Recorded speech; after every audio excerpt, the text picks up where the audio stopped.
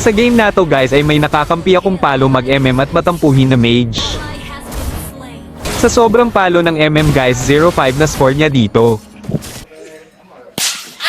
Dito ay biglang nagtampo yung mage namin guys sa di malamang dahilan.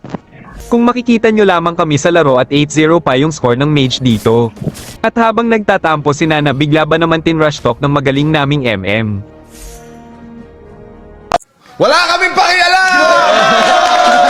Akala ko joke lang yung sinabi ni Nana pero sa makikita nyo sa mapa ay nasa base lang talaga siya.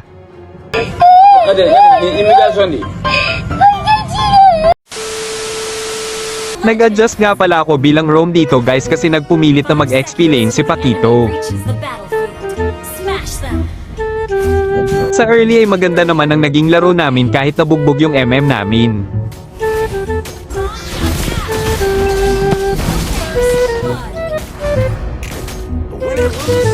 I do it with dignity.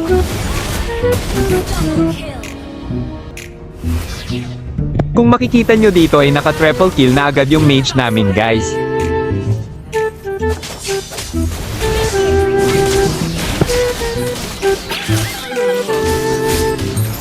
Pero sadyang magaling talaga mga kalaban lalo na sa pag-target ng hero kasi napipitas nila lagi yung MM namin.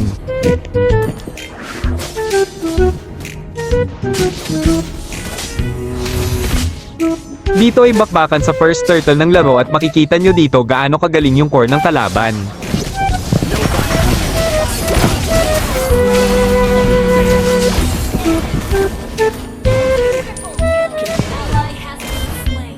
Sa part na to ay palaging sa top talaga yung dalaw ko para madaling tumaba yung MM namin.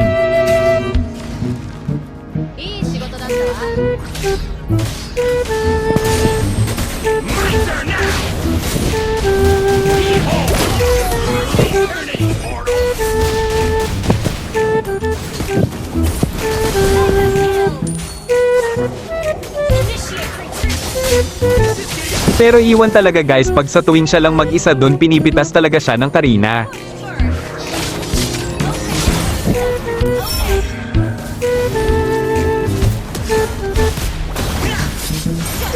Dito ay mas lamamang kami sa laro dahil napitas namin yung mage nila at nakuha pa namin ng turtle.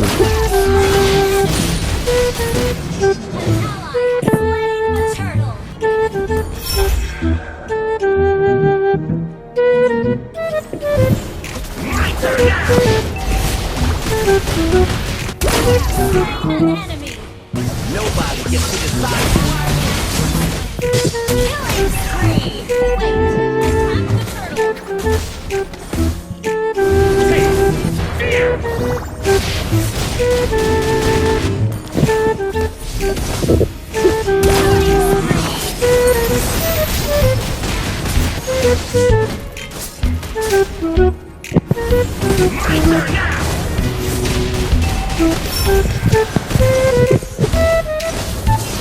Kung makikita nyo guys sobrang lamang namin pagdating sa mapa kasi kontrolado namin lahat ng lanes pero dito na pala magsisimula ang kamalasan ng aming laro.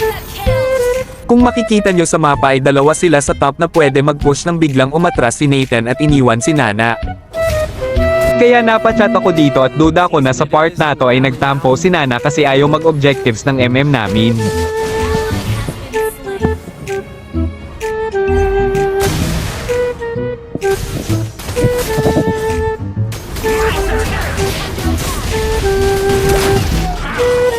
At dito na nga nagsimula ang kalbaryo namin. Hindi na lumabas ng base si Nana at panay trash talk din yung Nathan sa kanya siya na nga walang ambag siya pa ng trash talk. Napitas ko pa si Karina dito at nakuha namin yung Lord ang kaso ayaw na talaga ni Nana sumama sa clash. Tingnan nyo naman mang trash talk yung walang ambag hahaha. Pero hindi na talaga yan bago pag nasa solo rank game ka.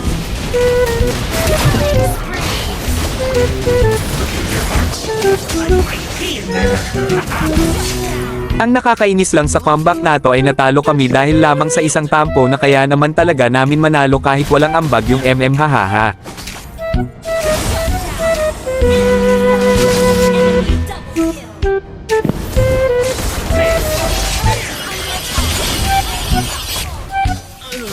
Our turret has been destroyed. Our turret is under attack.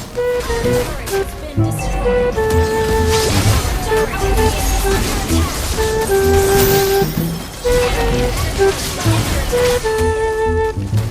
Kaya comeback malala talaga guys pag ganito maging kakampi mo.